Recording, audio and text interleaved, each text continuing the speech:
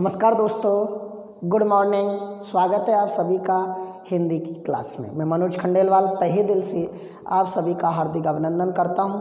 उम्मीद करता हूं कोरोना जैसी वैश्विक महामारी के इस दौर में आप घर पर स्वस्थ रह कर के हमारी वीडियो का आनंद ले रहे होंगे। मित्रों, हमने जो आधुनिक काल स्टार्ट किया था और इस आधुनिक काल में हमने इसका फर्स्ट पार्ट यानी भारतीय युग स्टार्ट कर दिया था और भारतीय युग के बारे में हमने अपनी वीडियो में कुछ पहले जो वीडियो थी उनके इस के बारे में कुछ अध्ययन किया और प्रमुख कवियों के बारे में हमारी बातचीत चल रही थी। तो फर्स्ट जो पार्ट था उस भारतीय युग जिसका नाम जिस कवि के नाम पर पड़ा उस कवि का नाम था भारतेंदु हरिश्चंद्र। उस भारतेंदु हरिश्चंद्र के बारे में अपन पढ़ चुके हैं।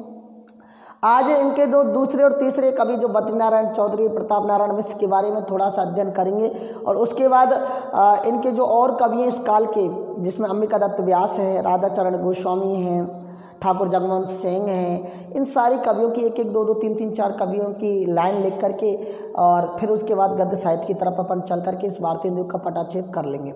मित्रों, ऐसे तो बहुत बड़ा है, जब अपन इसके डीपली में जाएंगे तो एक एक कवि 4-4, 5-5 दिन का है, लेकिन हम अपने सिलेबस के हिसाब से चलेंगे। मित्रों, 4 नंबर का एक प्रश्न आएगा इसमें से, तो उसमें देखें 4 × 4 = 16 नंबर का अपन का पार्ट है। तो 16 नंबर के हिसाब से हमें तैयारी करनी है। तो 16 में से हमें 16 प्राप्त करने हैं।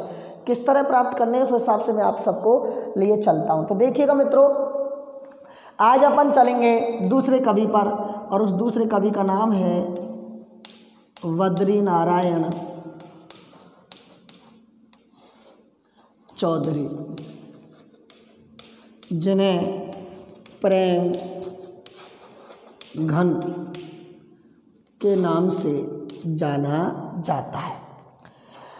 मित्रों, आप सबको मैं बताऊं कि सबसे पहले इनके जन्म की अपन बात कर लेते हैं। इनका जन्म हुआ था मित्रों 1885। 1885 में इनका जन्म हुआ था और जन्म हुआ था मित्रों इनका मिर्ज़ापुर, हाथरस, जो आजकल बड़ा फेमस नाम आ रहा है इंडिया के अंतर्गत। मिर्ज़ापुर जो उत्तर प्रदेश में पड़ता है। इनका जन्म 1885 में मिर्ज़ापुर उत्तर प्रदेश में हुआ था। इनके पिता का नाम श्री गुरुचरण लाल उपाध्याय था। पिता का नाम गुरुचरण लाल उपाध्याय था। गुरुचरण लाल उपाध्याय था। ये पहले उर्दू में अब्र उपनाम से लिखा करते थे। अब्र उपनाम से पहले लिखा करते थे।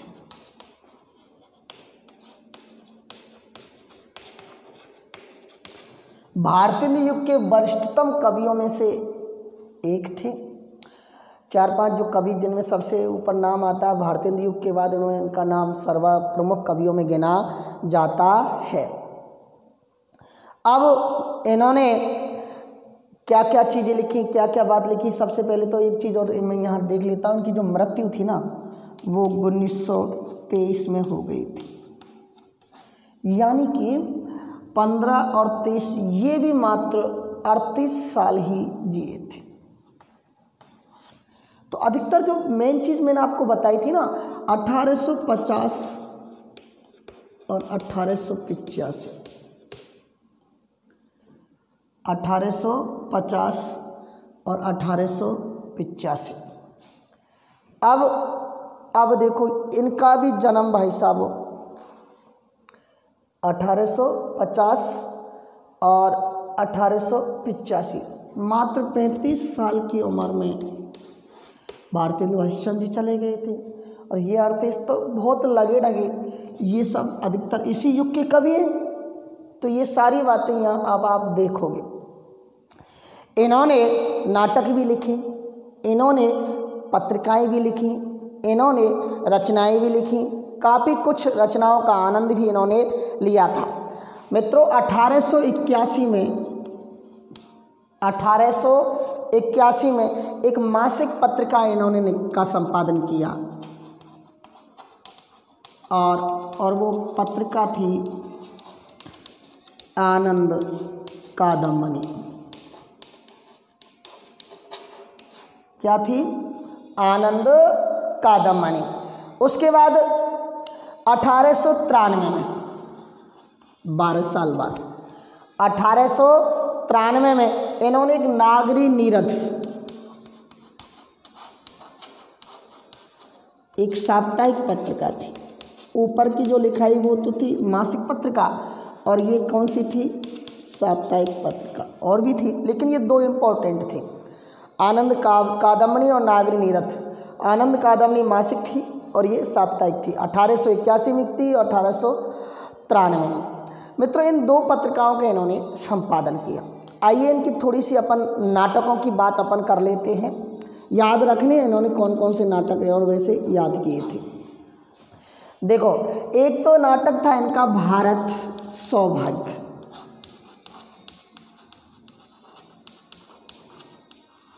कौन सा था? भारत सौभाग्य।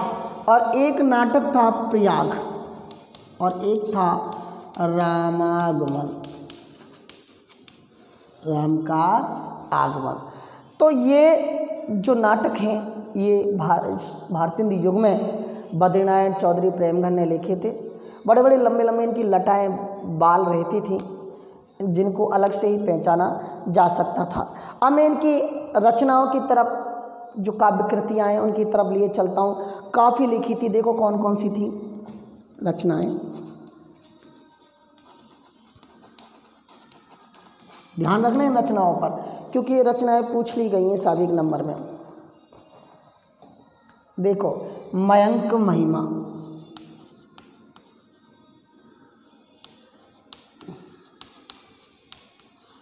मयंक महिमा, और दूसरी थी वर्षा बिंदु।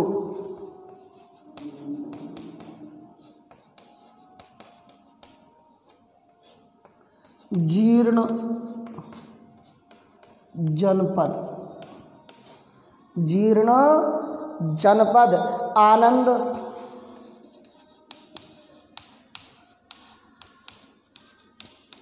अरुणोदय, आनंद अरुणोदय, और लालित्य लहरी अलौकिक लीला।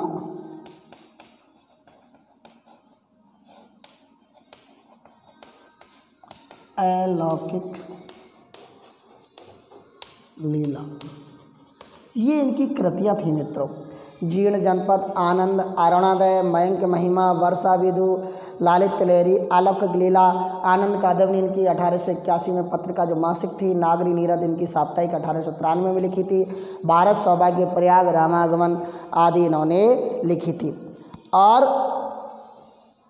अब अपन इनके बारे में यूँ कहूँ, इन्होंने नाटक भी लिखे थे, कविताएँ भी, कहानी भी लिखी थी और उपन्यास भी लिखे थे। लेकिन मेन चीज़ जो थी इनकी रचनाएं थी। ये भारतीय हिंदी के प्रमुख कवि थे। 1885 में जन्मे थे। इनके गुरु का नाम, पिता का नाम गुरुचरण लाल उपाध्याय था। अब्र उपनाम से पहले उर्दू में लिखा करते थे। इसके बाद इन्हें थोड़ा सा स्टेप लिया, अपने दूसरे कवि की तरफ चलते हैं।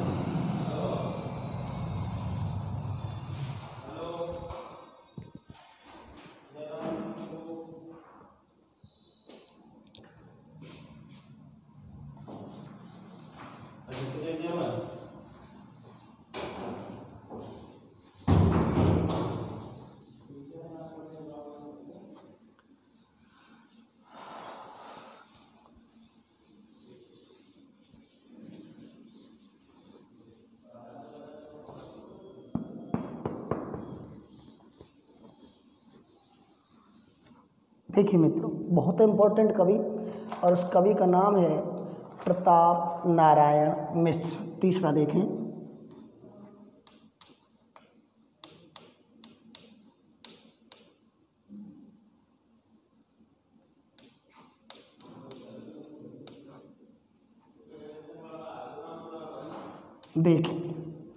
प्रताप नारायण मिश्र। मित्रों, इस प्रताप नारायण मिश्र का जन्म 24 सितंबर 1856 में हुआ था। जन्म की जब बात करते हैं तो 24 सितंबर 1856। अब याद तो नहीं रहता, लेकिन जैसे अपन याद रहता 1857 में प्रथम स्वतंत्रता संग्राम हुआ था, ये हमें याद रहता। तो उससे 1 साल पहले प्रताप नारायण मिश्र का जन्म अपन याद रखेंगे। डेट थी 24 सितंबर। कितनी थी? 24 सितंबर। और मित्रों इनकी जो मृत्यु है यही लिख देता हूँ मैं, 6 जुलाई। कितनी थी? 6 जुलाई 1894। अब ये भी भारतेंदु युग के प्रमुख कवियों में से एक थे। भारतेंदु को ये अपना गुरु मानते थे। अब मित्रों ये देखो साहब कि ये भी मात्र 38 साल ही जिए हैं। देख लो 38 ही ना,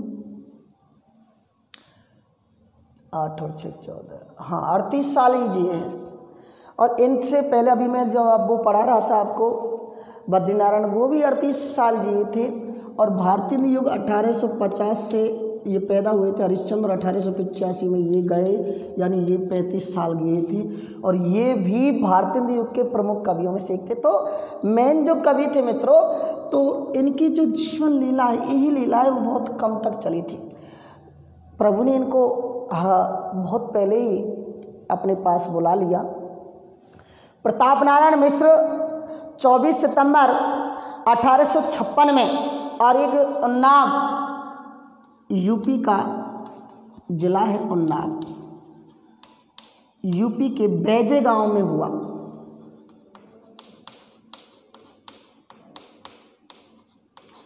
यूपी के बैजे गांव में हुए। इनके जो पिता का नाम था, थोड़ा सा चलते हैं, संकटादीन था। संकटादीन था इनके पिता का नाम, संकटादीन था। और मित्रों संकटादीन जो इनके पिता थे, ये ज्योतिषी थे, ज्योतिष विद्या में पारंगत थे। तो इनके दिमाग में प्रश्न उठा करता था कि ज्योतिषी तो मैं हूँ, मेरे पुत्र को मुझे पढ़ाना है मित्र, मुझे पढ़ाना है, अच्छा बनाना है। और इसलिए इन्होंने अपने पुत्र का स्कूल में दाखिला दिला दिया। कहाँ दिला दिया?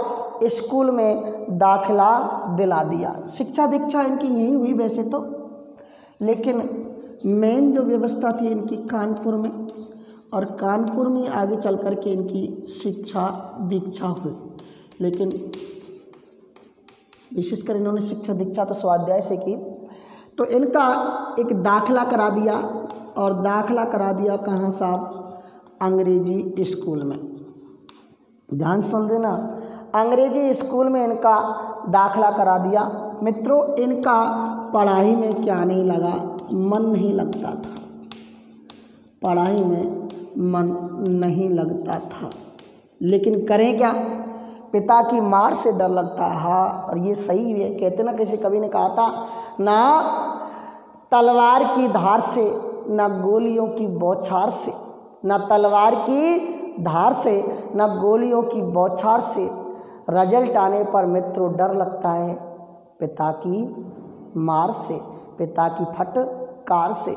वही इसके साथ हो रहा था। अंग्रेजी स्कूल में इनको दाखिला लगा दिया, पढ़ाई में इनका मन नहीं लगता था। मित्रों उसी समय एक घटना घटी, और इनके पिता का क्या हो गया? देहांत हो गया। जब पिता का देहांत हो गया, पढ़ाई में मन इनका पहले लगता ही नहीं था। इन्होंने सोचा, मैंने कहा था ना गोलियों की बौछार से, ना तलवार की धार से डर लगता है, तो केवल पिता की फटकार से या पिता की मार से। लेकिन अब पिता का तो देहांत हो गया, नो टेंशन, झंझट खत्म। और जब पिता का देहांत हो गया तो इन्होंने पढ़ाई छोड़ दी। फ्री, अरे अब कोई टेंशन ही नहीं मित्रों, अब कोई फटकारने वाला भी नहीं, अब किसी की मार का डर नहीं है।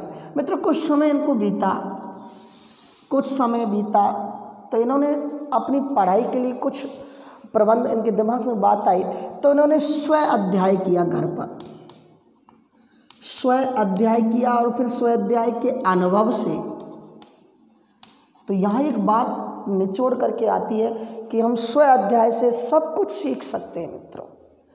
सेल्फ स्टडी स्व अध्याय से बड़ी कोई चीज़ नहीं है, पर पढ़नी तो हमें पड़ेगा। स्व अध्याय से, अनुभव से, घर पर ही इन्होंने हिंदी, अंग्रेजी, उर्दू, संस्कृत आदि भाषाओं का ज्ञान प्राप्त किया। बहुत बड़ा इन्होंने ज्ञान प्राप्त किया। मित्रों, इनके बारे में ये कहा जाता है कि 1856 में पैदा हुए ही 38 साल की उम्र में चले गए। भारतेंदु जी को अपना गुरु मानते थे। इनकी जो भाषा शैली वो भारतेंदु जैसी, भाषा भी भारतेंदु जैसी, शैली भी भारतेंदु जैसी, रचनाओं का लेख भी भारतेंदु जैसा, इसलिए इन्हें प्रति भारतेंदु क्या कहा जाता था? प्रति भारतेंदु, भारतेंदु जैसा। और एक दूसरा उपनाम भी था द्वितीय चंद्र। जैसे हरिश्चंद्र था उनका, तो ये द्वितीय चंद्र यानी दूसरा हरिश्चंद्र आदि उपनामों से इन्हें जाना जाता था। आदि उपनामों से इन्हें जाना जाता था। एक बहुत बड़े हिंदी के मार्मिक विद्वान हुए थे आज की तारीख में, जिन्हें अपन रामचंद्र शुक्ल कहते हैं। क्या कहते हैं? रामचंद्र शुक्ल। रामचंद्र शुक्ल ने प्रताप नारायण मिश्र के बारे में एक शब्द कहा था, और प्रताप नारायण मिश्र के बारे में एक शब्द ये कहा था कि ये रामचंद्र शुक्ल ने इनको हिंदी का, जीके के लिए बड़ा इंपॉर्टेंट शब्द है ये, हिंदी का एडिशन कहा था। एडिशन एक वैज्ञानिक है।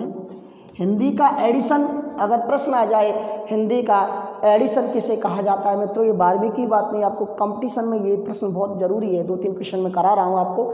इस क्लास के साथ साथ में आपको कंपटीशन की बातें भी हम मेरे वीडियो में डालता हूँ मैं। तो हिंदी का एडिशन जिसे कहा जाता है उसका नाम है प्रताप नारायण मिश्र, और प्रताप नारायण को हिंदी का एडिशन किसने कहा, उस कवि का नाम है रामचंद्र शुक्ल। और मित्रों एक नारा भी इन्होंने दिया था प्रताप नारायण मिश्र ने, और वो नारा मैं आपको लिखा देता हूँ। हिंदी, हिंदू, हिंदुस्तान आदि नारा दिया था। तो ये प्रश्न आया है और आ भी सकता है कंपटीशन में, तो आपको याद रखना है। ये नारा आता है हिंदी, हिंदू, हिंदुस्तान।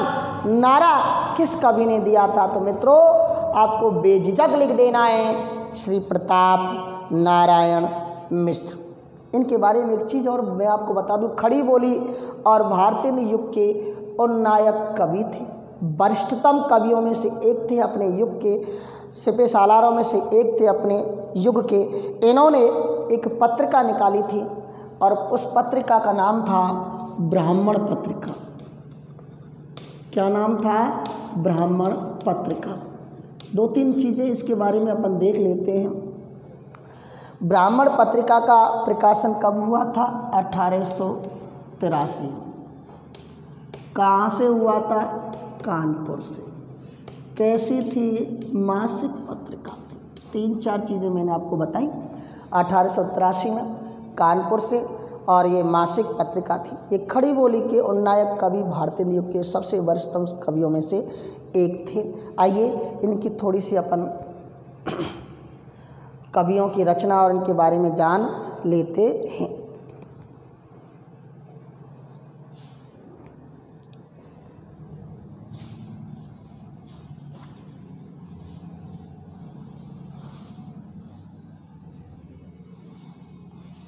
देखते हैं इनकी रचना। प्रेम पुष्पावली।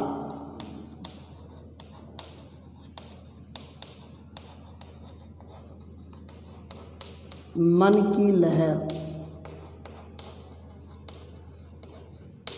प्रेम पुष्पावली, मन की लहर, लोकोक्ति शतक, श्रृंगार विलास।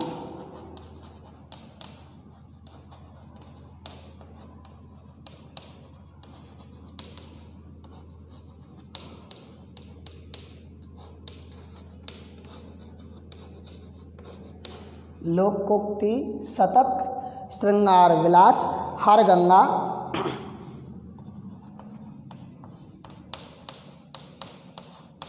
हिंदी की हिमाकत,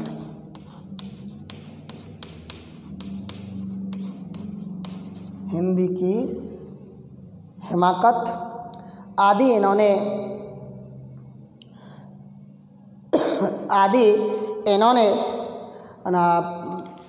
काव्य कृतियाँ लिखी। बड़े नामी गामी इनकी काव्य कृतियाँ रही थी मित्रों। अब एक आध दो इनके जो नाटक थे वो भी देख लेते हैं आप। इन्होंने प्रेम पुष्पावली, लोकोक्ति, शतक, श्रृंगार विलास इनकी प्रसिद्ध रचना है। ये रचना इन्होंने बहुत इंपॉर्टेंट लिखी। एक नाटक था इनका और वो नाटक था संगीत शाकुंतल। नाटक है संगीत शाकुंतल।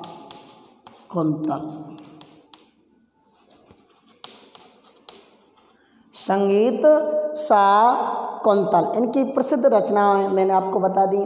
कुछ जन्म मृत्यु के बारे में मैंने आपको बता दिया। महत्वपूर्ण तथ्य जो भी थे इनके बारे में हमने बताने की कोशिश आपके सामने की। अगली वीडियो में इस भारतीय युग के मेन जो और कवि हैं उनके टोटल कवियों के बारे में थोड़ा ले चल करके इस युग को अपन करेंगे समाप्त। तब तक के लिए धन्यवाद।